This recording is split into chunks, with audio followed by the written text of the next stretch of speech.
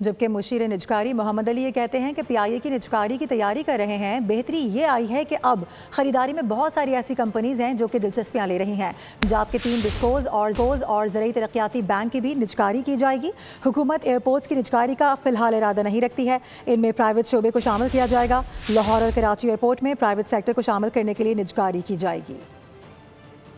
ये top of the list है, सबके रेडार पर है। आपको पता है एक बार इसमें अटेम्प्ट हुआ था, वो अनफॉर्चुनेटली अनसक्सेसफुल हुआ। आज की तारीख में हमने ट्रांजैक्शन स्ट्रक्चर चेंज किया है। इन्वेस्टर से बहुत एक्टिव इंगेजमेंट है हमारी।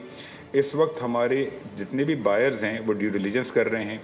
इसके अंदर पाकिस्तान के जो टॉप ग्रुप्स हैं वो उनमें से बहुत सारे लोग इंटरेस्टेड हैं और इनमें से इंशाल्लाह जो भी लेगा हमारा ख्याल है कि पीआईए को टर्न अराउंड वो करेगा। पीआईए हम टारगेट कर रहे हैं कि इंशाल्लाह ईयर एंड से पहले इसको हम प्राइवेटाइज करें। इसके बाद हम आते हैं डिस्कोस पे। वेरी इंपॉर्टेंट सेक्टर हमने जो शुरू किया वो आईएसको, गैपको और फेस्को से शुरू किया।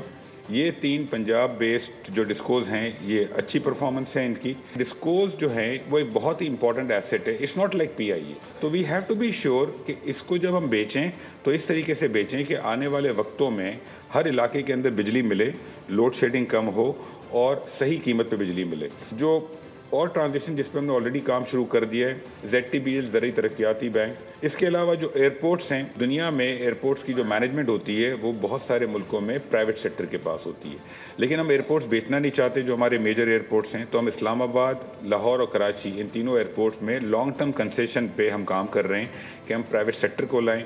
इस्लामाबाद के अंदर हमारी UAE से बात चल रही है। कराची और लाहौर इंशाल्लाह हम बिडिंग में जाएंगे।